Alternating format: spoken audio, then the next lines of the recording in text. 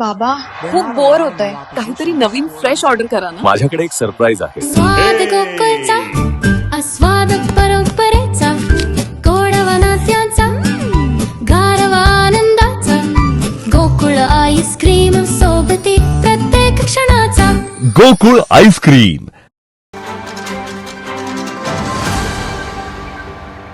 हा नोका असलेला मार्ग आहे. गेले कित्येक दिवस या संदर्भातला मोर्चा आणि आंदोलन या ठिकाणी सुरू आहेत.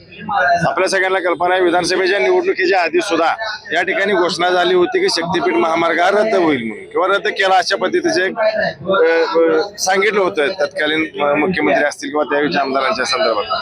पण आजची परिस्थिती बघितली, विधानसभेची निवडणूक झाल्यानंतर हा परत शक्तीपीठ महामार्ग आमच्या सर्व शेतकऱ्यांच्या बाबतीत लादण्याची भूमिका घेतलेली आहे. खरं वास्तविक माझं पालकमंत्री असतील आणि सर्वच आमदारांना एक आव्हान आहे की ही जी काय आता चाललेली शक्तीपीठाची जे काय आताच्या आंदोलन सुरू आहे आणि या संदर्भात शेतकऱ्यांचं होणारं नुकसान, कारण का या जिल्ह्यातली असणारी सुपीक जमीन सगळी या शक्तीपीठाच्या खाली येणार आहे. गावाच्या गावं विस्थापित होणार आहेत, विभागली जाणार आहेत, ज्याच्या माध्यमातून इथले पाण्याचे स्रोत असतील किंवा अन्य शेती असेल किंवा अन्य विभाग या माध्यमातून त्या ठिकाणी बाधित होणार आहे. हा शक्तीपीठ कशाबद्दल शेतकऱ्यांच्या माती आमच्या सर्वांच्या माती बांधण्याचं काम सरकार करायला लागले.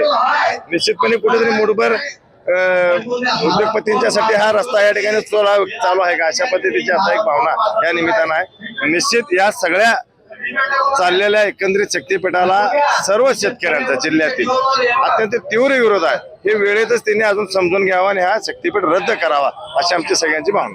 ताज्या घडामोडी पाहण्यासाठी माझा महाराष्ट्र न्यूजला आजच सबस्क्राईब करा.